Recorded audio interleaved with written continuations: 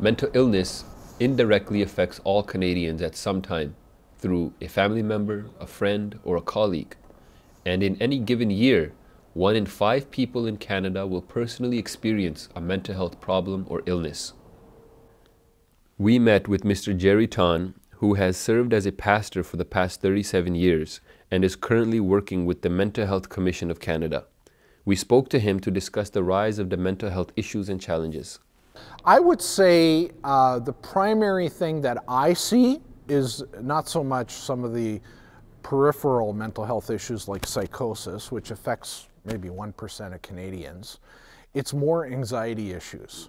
What is really interesting is that we are noticing that in our culture, this current culture that we live in, especially with millennials, Gen Zers, and those kinds of people, we're realizing there is resiliency issues, capacity issues. By resiliency, I'm talking about how we bounce back after a stressful event.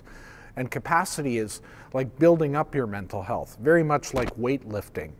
You know, I feel guilty sometimes because I should be lifting weights more at my age, but you know, you have to build that up. You can't just get the stamina just without doing any work. And so mental health is like that a little bit. We try to build up our mental health capacity. To find out how the young generation is coping with mental health, we are here at McMaster University to get a perspective from some of the students. Let's hear what they have to say. Do you think that religion plays a good role or any role in our ability to cope with these kinds of anxieties and depressions? I think for me personally, it's somewhere I definitely go. I am openly a Christian, and I think that it's important to have somebody to always go to sort of like that. So I create a relationship in that way, and that's how I use religion to, for example, help cope with something. I don't think it matters like how much money you have or like how great your life is perceived to be. Everybody faces the same sort of stressors, just in different ways, and everyone has different ways of coping with it.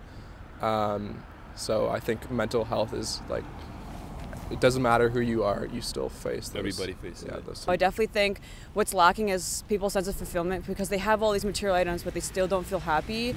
So I think the change is not survival anymore, it's just kind of finding something where we feel like we're contributing to a bigger purpose or we're doing something with our lives. I think that's kind of the new mental health challenge, is really feeling like we're doing something to better our lives or to give it purpose. We are all in search of peace of mind, but our hearts are still consumed by tensions and vexations.